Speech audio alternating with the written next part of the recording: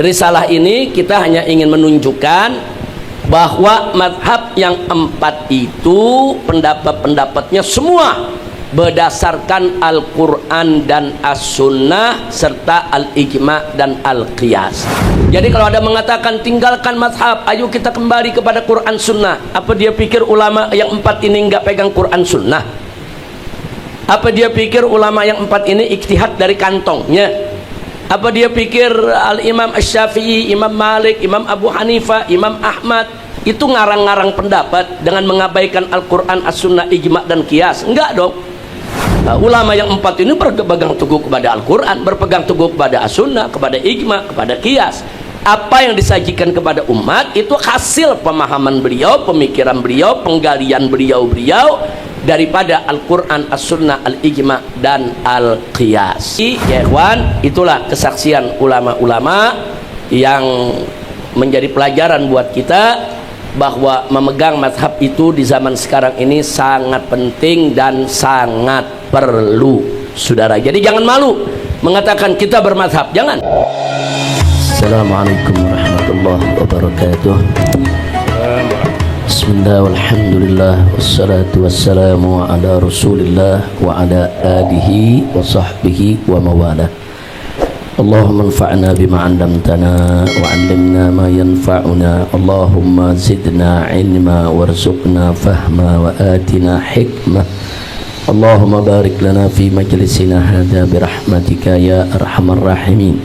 Walhamdulillahi rabbil alamin. Taqabbalallahu minna wa minkum fataqabbal ya karim. Kita lanjutkan pelajaran kita dari kitab Manahijut Tamyiz.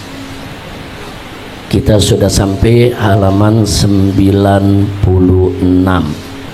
Nah, kali ini kita masuk ke pelajaran kita Manahijut Tamyiz. Kemarin sempat kita tunda karena kita mempelajari tentang mustalahat Asy-Syafi'iyah.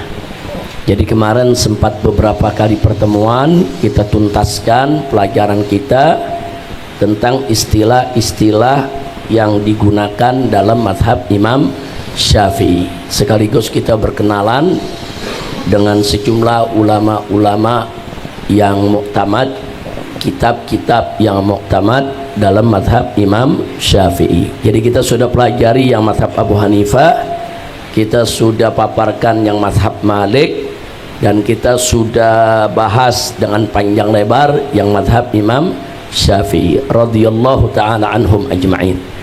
Kali ini di halaman 96 kita masuk Rabi'an al-Madhabul Hambali. Kita masuk kepada mazhab Hambali. Hadzal madhabul fiqhi nusiba ilal imami Ahmad ibn Hanbal Asy-Syaibani rahimahullah. Jadi mazhab Hambali ini adalah mazhab fikih yang dinisbahkan kepada Imam Ahmad ibn Hanbal Asy-Syaibani. Beliau lahir tahun 164 Hijriah dan wafat tahun 241. Wal adillatul fiqhiyatu fil madhabil Hambali samaniyatun. Jadi dalil fikih yang muktabar menurut mazhab Hambali ada 8 secara berurut. Yang pertama Al-Quran, yang kedua As-Sunnatun Nabawiyah, yang ketiga Fatwa Sahaba, yang keempat Al-Ijma', yang kelima Al-Qiyas, yang keenam Al-Istishab, yang ketujuh Al-Maslahah Al-Mursalah, yang kedelapan Sadduz Dzara'i. Jadi kita perhatikan di sini bahwa fatwa sahabah menurut mazhab Hambali lebih didahulukan daripada ijma'. Lebih didahulukan daripada ijma'. Bukan mereka menolak ijma', enggak. 4 mazhab Ahlus Sunnah sepakat Al-Quran, As-Sunnah, Ijma' dan Qiyas itu sumber hukum, tidak ada perbedaan. hanya perbedaan mereka di tertib urutan. Nah, karena ada dalil-dalil lain yang diperdebatkan oleh ulama. Sebagaimana kemarin kita lihat di halaman 94 bahwa mazhab Syafi'i menjadikan sumber utama ada 4: Al-Quran, As-Sunnah An-Nabawiyah, Al-Ijma' dan Al-Qiyas, halaman 94. Tapi jangan salah paham, bukan berarti di luar 4 ini dalam mazhab Syafi'i nggak dipakai, bukan. Nah, jangan ada yang berasumsi oh cuma 4 itu aja yang dipakai dalam mazhab Imam Syafi'i, berarti Masalih Mursalah nggak ada, Sadud Zara'i nggak ada, Qaulus Sahabah nggak ada. Nggak begitu pemahamannya. Jadi 4 ini sumber utama dalam mazhab Syafi'i dan dikedepankan dari semua dalil. Nah, jadi dalil-dalil yang lain itu dibelakangkan. Yang dikedepankan pertama Al-Quran, kedua As-Sunnah, ketiga Al-Ijma', keempat Al-Qiyas. Nah, adapun dalil-dalil lain, saudara, ada yang diterima oleh mazhab Syafi'i atau oleh ashabus Syafi'i atau oleh ulama-ulama dalam mazhab Syafi'i, tapi bisyurut. Nah, saya kasih contoh istihsan umpamanya. Al-Imam Asy-Syafi'i radhiyallahu taala anhu, sebagaimana sudah kita jelaskan, menolak al-istihsan, bahkan mengarang kitab dengan judul Ibtalul Istihsan. Nah, jadi Imam Syafi'i menyatakan istihsan itu batil. Tapi setelah kita pelajari di kalangan ulama-ulama Syafi'iyah, ternyata ada perbedaan di dalam mendefinisikan istihsan. Kenapa mazhab Syafi'i mengatakan istihsan batil? Karena mazhab Syafi'i mendefinisikannya istihsan itu adalah al-qiyas alal qiyas. Nah, jadi kalau mengambil suatu qiyas atas dasar qiyas, bagi mazhab Syafi'i hukumnya batil. Nah, itu yang dimaksud istihsan yang dipahami oleh mazhab Syafi'i. Sementara dalam mazhab Abu Hanifah yang dimaksud istihsan adalah al-qiyasul khafi.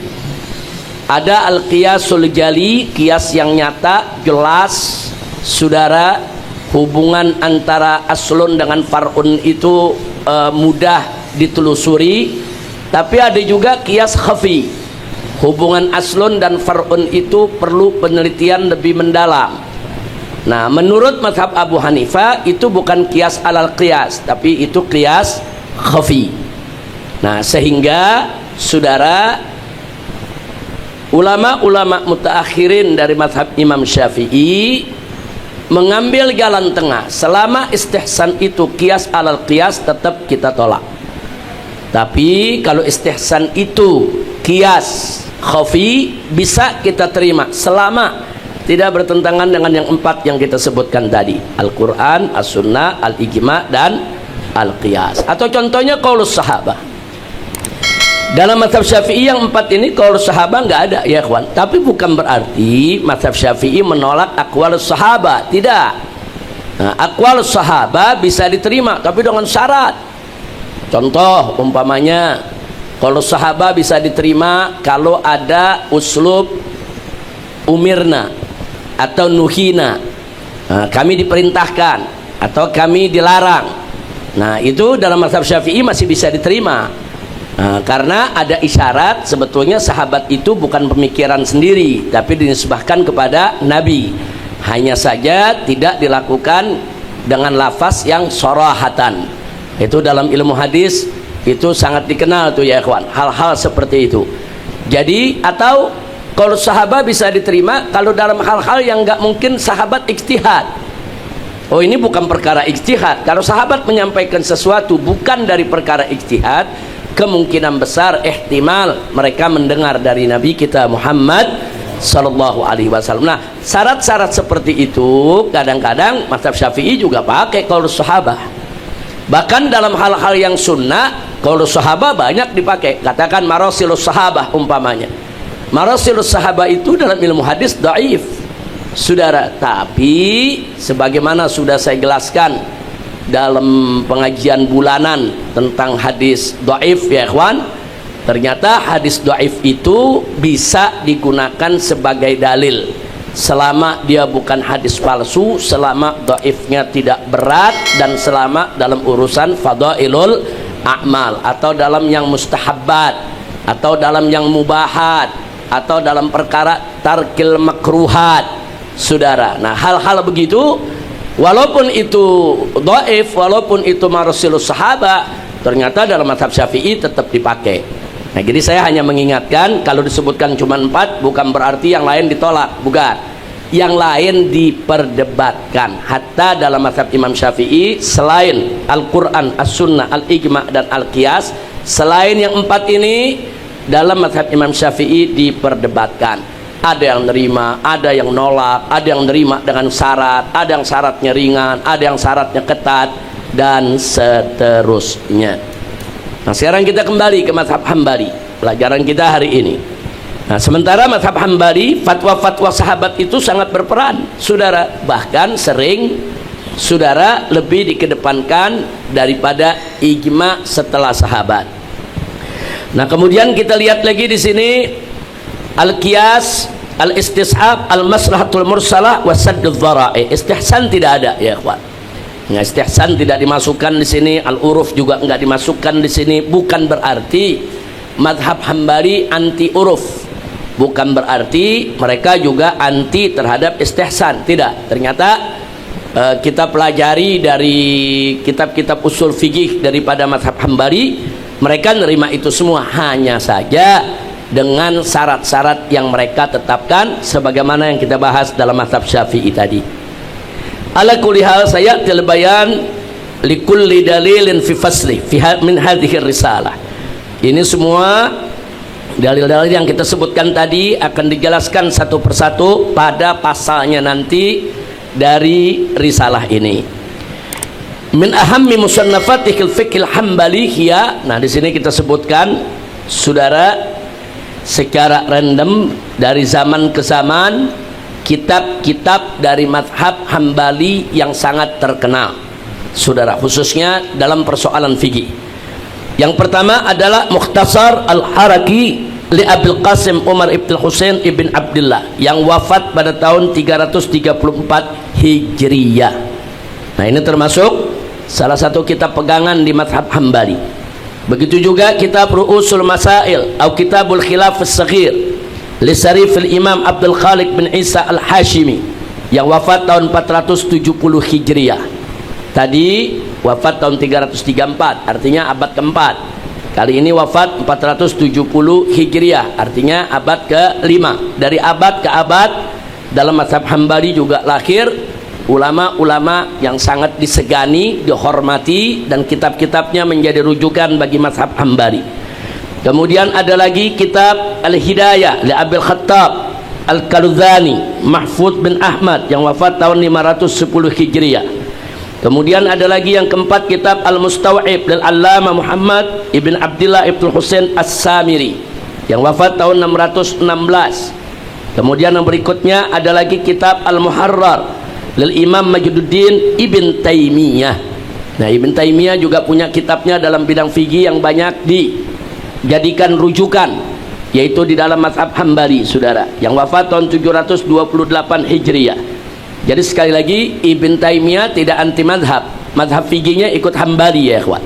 Jadi kalau ada yang mengatakan Ibn Taimiyah tuh nggak bermazhab, bohong. Ibn Taimiyah tuh anti mazhab, nggak betul.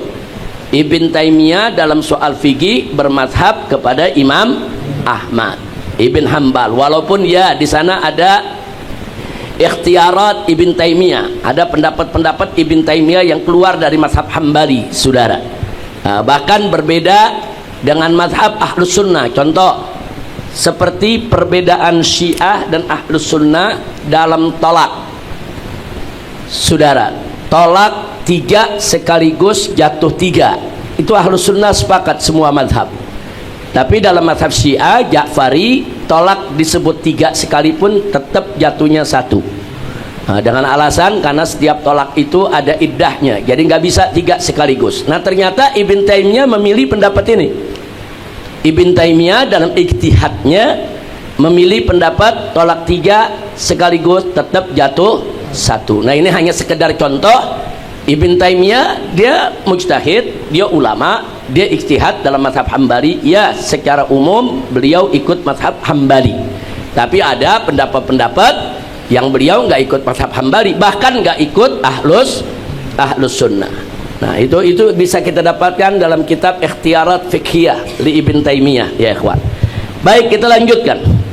Kemudian ada kitab Al-Furu' li Syekh Samsuddin Muhammad Ibn Muflih yang wafat tahun 763. Kemudian ada kitab Al-Ighna. Nah, ini Al-Ighna nih ya, di mazhab Syafi'i juga ada kitab Ighna, ya kawan. Kemarin sudah kita bahas. Jadi kalau kitab Ighna kita lihat dulu pengarangnya siapa, judul kitab sama, Al-Ighna.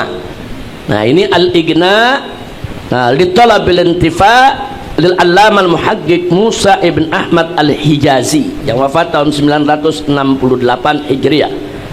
Kemudian masih ada kitab Muntahal Iradat fi Jam'il Mughni ma'at Tanqih wa Ziyadat Syekh Taqiyuddin Muhammad bin Ibrahim Al-Futuhi Al-Misri Asy-Syahir bi Ibnu Najjar. Nama Ibnu Najjar sangat terkenal dalam mazhab Hambali yang wafat tahun 972 Hijriah. Kemudian ada kitab sarahnya, saudara, yaitu kitab Sarhu Muntahal Iradat li Syekh Mansur Al-Buhuti.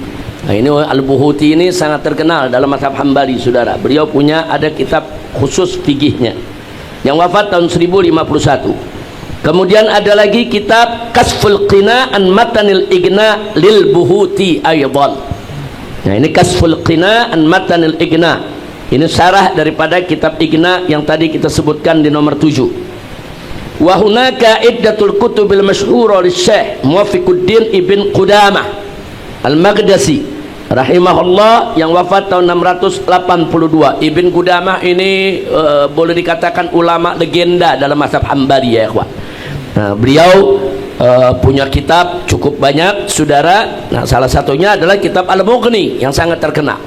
Jadi kalau kita mau tahu pendapat-pendapat mazhab Hambali, kita bisa rujuk ke kitab Al-Mughni. Sebagaimana kalau kita mau tahu pendapat-pendapat yang beredar dalam mazhab Syafi'i, kita banyak merujuk kitab Al-Majmu' Lin-Nawawi. Nah, kalau Hambali merujuk kepada kitab Ibn Qudamah, namanya kitab Al-Mughni, ya ikhwan.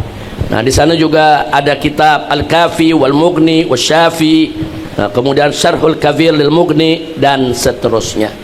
Ala kulli hal, apa yang kita baca di sini hanya kita ingin menunjukkan bahwa mazhab fikih Ahlus Sunnah wal Jamaah yang 4 yang kita kenal semuanya merujuk ke Al-Quran dan As-Sunnah, begitu juga Al-Ijma' dan Al-Qiyas.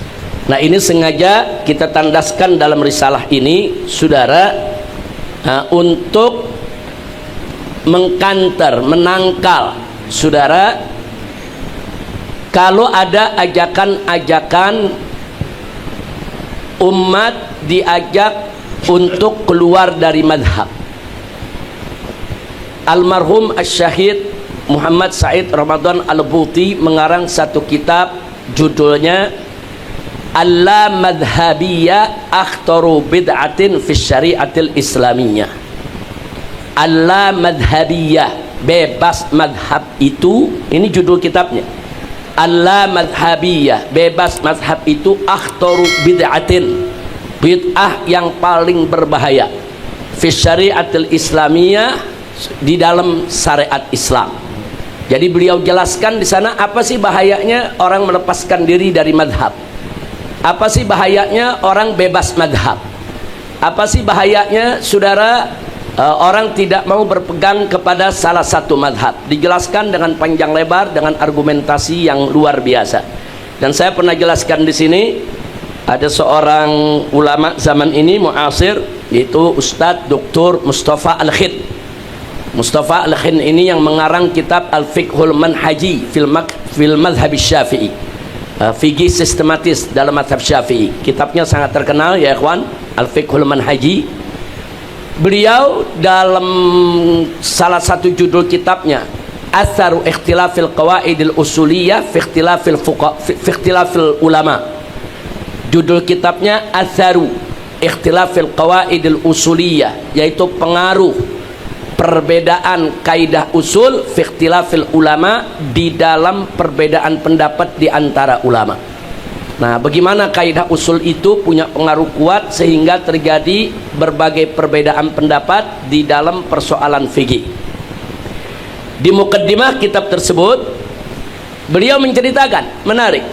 Beliau katakan dari beliau kuliah S1 dan S2, beliau seorang yang anti madhab. Jadi beliau ceritakan, waktu S1, S2 beliau lihat, ini madhab bikin ruwet, ini terlalu banyak perbedaan, madhab ini bikin perpecahan.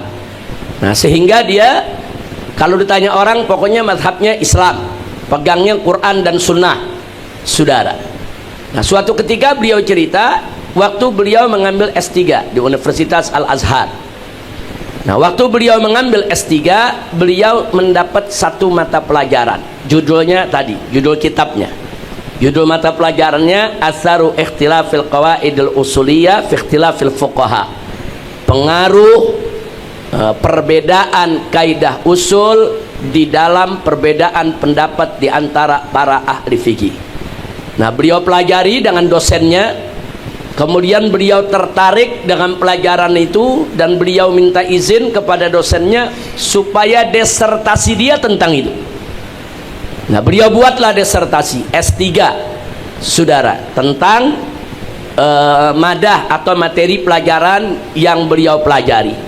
Hasilnya, begitu beliau karang disertasi tersebut dengan penelitian, baca semua kitab fikih, baca semua kitab kaidah-kaidah fikih dari semua madhab yang ada, hasil akhirnya beliau sendiri mengakui, nggak mungkin di zaman ini kita bisa bebas dari madhab. Tidak mungkin di zaman ini kita bebas dari madhab, karena kalau kita bebas dari madhab berarti kita mesti mulai dari nol lagi. Mau ngapain kita kaji Al-Quran dari nol lagi, mengkaji sunnah dari nol lagi, padahal ulama-ulama sebelum kita 1000 tahun lebih sudah menyajikan kepada kita aneka ragam pemikiran yang sudah matang, dia gali dari Quran dan sunnah. Jadi beliau katakan kalau kita mulai dari nol lagi, berapa ratus tahun ke depan baru selesai. Nah, jadi hasil fikih yang ada depan kita saat ini adalah hasil penyaringan dari ulama-ulama sepanjang zaman, dari abad ke abad, abad ke abad, abad ke abad, sampai 1000 tahun lebih. Itu yang kita lihat saat ini. Jadi beliau mengajak kita nggak usah mulai dari awal lagi, lebih baik kita melihat ke depan, yang belakang yang sudah diupayakan oleh para ulama kita ikuti. Yang ke depan tantangan-tantangan, persoalan-persoalan baru yang belum pernah dibahas oleh para ulama kita terdahulu, itulah PR kita untuk bagaimana kita bisa berikhtihad sesuai dengan metodologi yang sudah ditetapkan oleh para ulama salaf kita, sehingga kita tidak salah jalan. Nah, akhirnya beliau menyadari kesalahannya bebas madhab, akhirnya beliau pilih madhab Syafi'i sebagai madhabnya. Makanya beliau karang itu kitab Al-Fiqhul Manhaji fil Madhab Syafi'i, ya ikhwan. Nah, jadi sekali lagi, kenapa di risalah ini kita sebutkan sumber-sumber hukum tadi, kita nggak mau bahas karena risalah saya ini bukan kitab usul fikih, bukan. Jadi saya nggak mau bahas panjang lebar soal usul fikihnya. Risalah ini kita hanya ingin menunjukkan bahwa madhab yang 4 itu pendapat-pendapatnya semua berdasarkan Al-Quran dan As-Sunnah serta Al-Ijma' dan Al-Qiyas. Jadi kalau ada mengatakan tinggalkan madhab, ayo kita kembali kepada Quran Sunnah, apa dia pikir ulama yang 4 ini nggak pegang Quran Sunnah? Apa dia pikir ulama yang 4 ini ijtihad dari kantongnya? Apa dia pikir Al-Imam Asy-Syafi'i, Imam Malik, Imam Abu Hanifah, Imam Ahmad itu ngarang-ngarang pendapat dengan mengabaikan Al-Quran, As-Sunnah, Ijma' dan Qiyas? Enggak dong. Ulama yang 4 ini berpegang teguh kepada Al-Quran, berpegang teguh kepada As-Sunnah, kepada Ijma', kepada Qiyas. Apa yang disajikan kepada umat itu hasil pemahaman beliau, pemikiran beliau, penggalian beliau daripada Al-Quran, As-Sunnah, Al-Ijma' dan Al-Qiyas. Nah, ini yang perlu saya sampaikan. Maka itu Al-Imam Suyuti radhiyallahu ta'ala anhu pernah mengatakan, alhamdulillah Allah berikan saya aneka ragam ilmu. Karena Imam Suyuti ini terkenal nih ulama yang komprehensif. Karangannya di bidang apa aja ada, ya kawan. Di bidang tafsir ada, hadis ada, sejarah ada, di bidang fikih juga ada, saudara. Dalam bidang apa aja, dalam bidang lughah ada. Kita hampir semua bidang disiplin ilmu ada karangan Imam Suyuti, ya ikhwan. Jadi kalangannya udah luar biasa. Beliau katakan, aku diberikan oleh Allah aneka ragam ilmu, sehingga dengan ilmu-ilmu tersebut aku bisa ijtihad. Bahkan kalau aku mau bikin mazhab sendiri juga bisa, tapi aku lebih suka untuk mengikuti mazhab Syafi'i.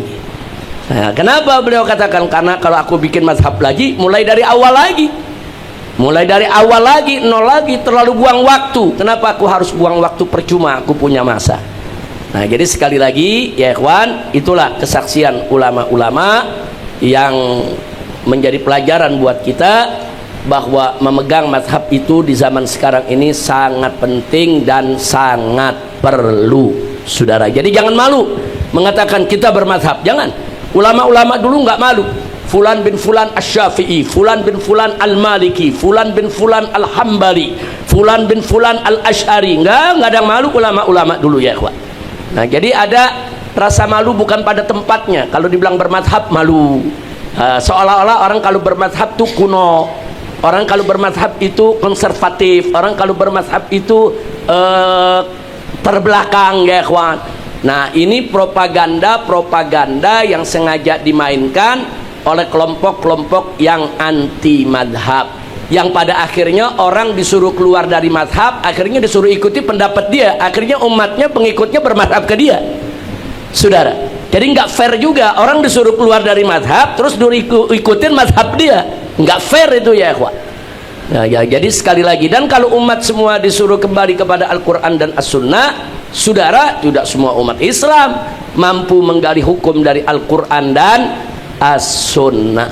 Nah, itu saja. Akhirnya kita kembali kepada firman Allah, faqala ta'ala fas'alu ahla dzikri in kuntum la ta'lamun. Udah tanyakan aja kepada para ulama kita, apa-apa yang kita nggak tahu. Kita nggak disuruh bikin mazhab baru, ya ikhwan.